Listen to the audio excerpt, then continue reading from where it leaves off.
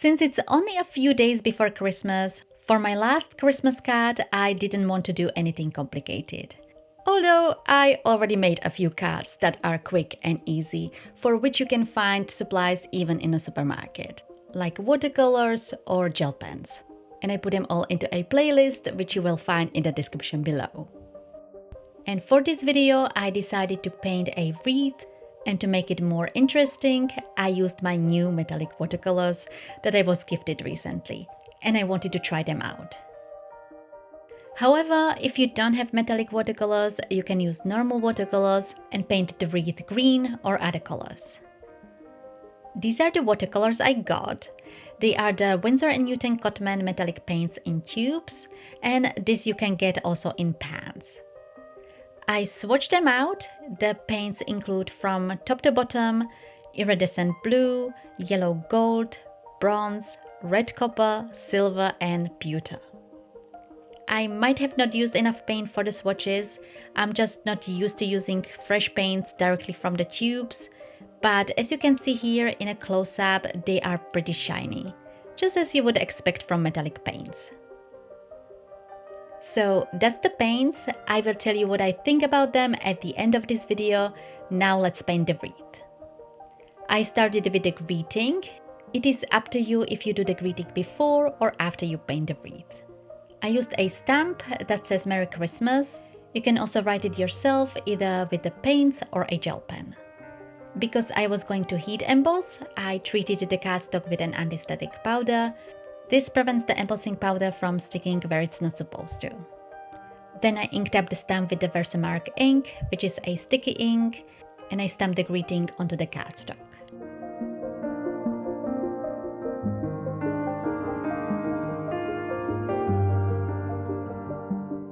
Next, I sprinkled the embossing powder over the greeting. I'm using the metallic gold powder from Wow.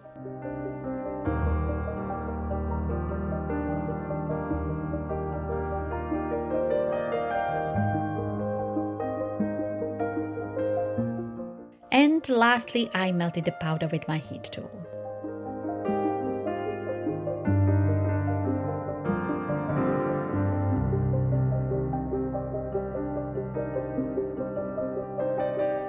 As you can see, the anti-static powder is visible.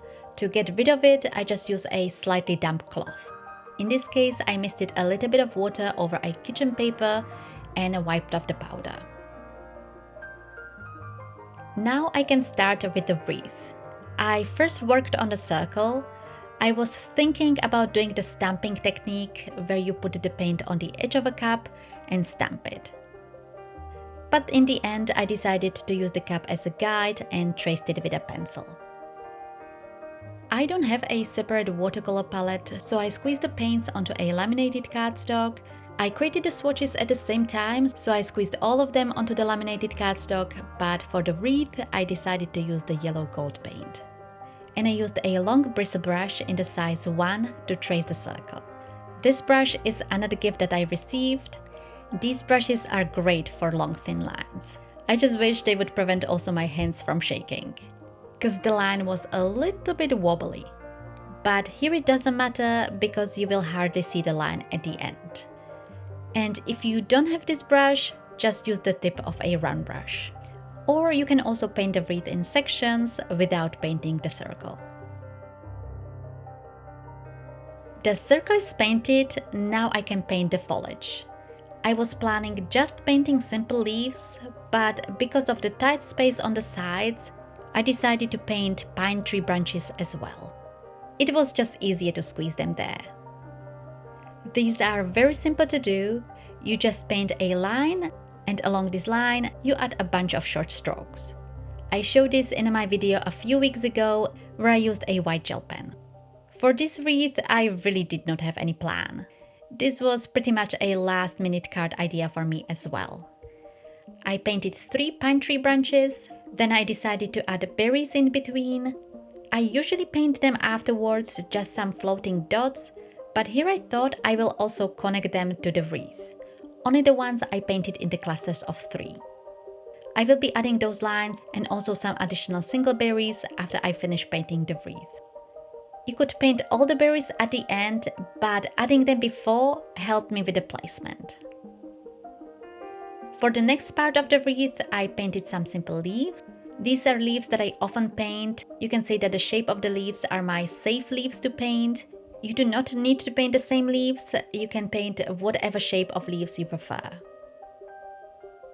These are all the shapes that I painted on this wreath, and I was repeating this along the wreath, switching between berries, pine tree branches, leaves, and berries again.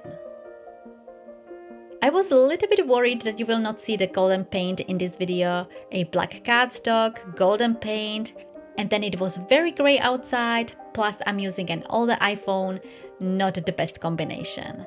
So I'm really happy that it looks pretty good in the video.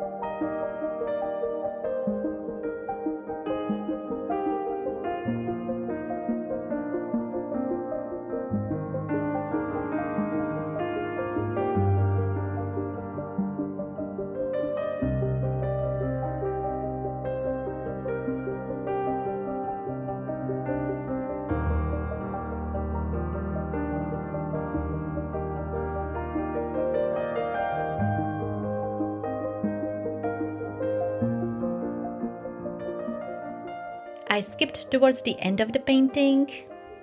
The truth is I forgot to press the record button, but let's pretend this was intentional. Luckily, here it doesn't matter as I was repeating the same things.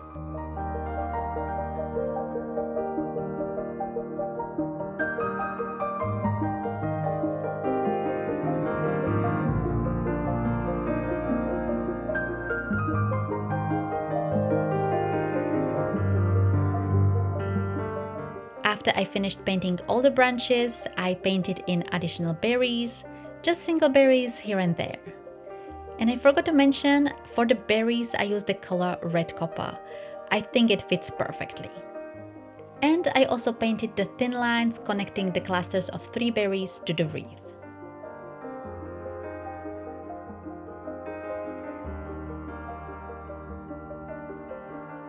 I let the wreath dry, and then I decided to paint a second coat over some leaves. This is only because the gold of the heat embossed sentiment is more vibrant than the paint on the wreath. And I wanted the colors on both the wreath and the greeting to match as much as possible. And I think it did help with the overall look.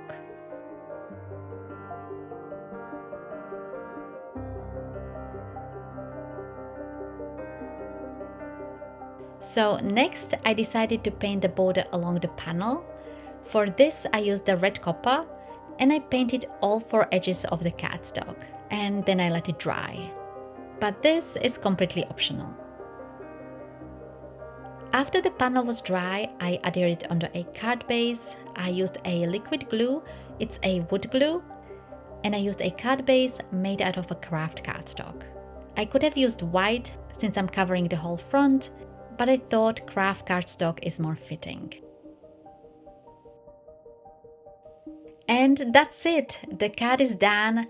As I said, this was my last minute card idea. What I mean, I was actually making it last minute and it came together very quickly. And with the metallic paints, you can see how shiny they are, just amazing. Although I would not recommend these watercolors, simply because of the insane price. And here is my verdict.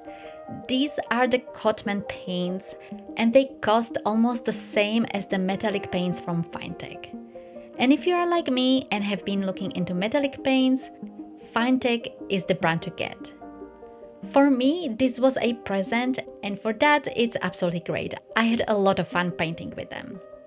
I don't own any paints from Finetech, they are just on my wish list, but I've seen a lot of people using them and they seem to be really vibrant.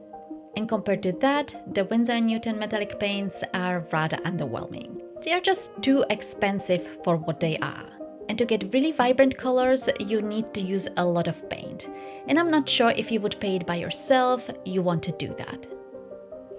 Anyways, if you would like to see more ideas for simple Christmas cards, I made a playlist for last minute Christmas cards. I also will leave the link to this playlist in the description below. Merry Christmas to all of you. I hope you will have a wonderful time. At least next week, I'm gonna take a break from uploading videos, and I will see you in my next video in the new year.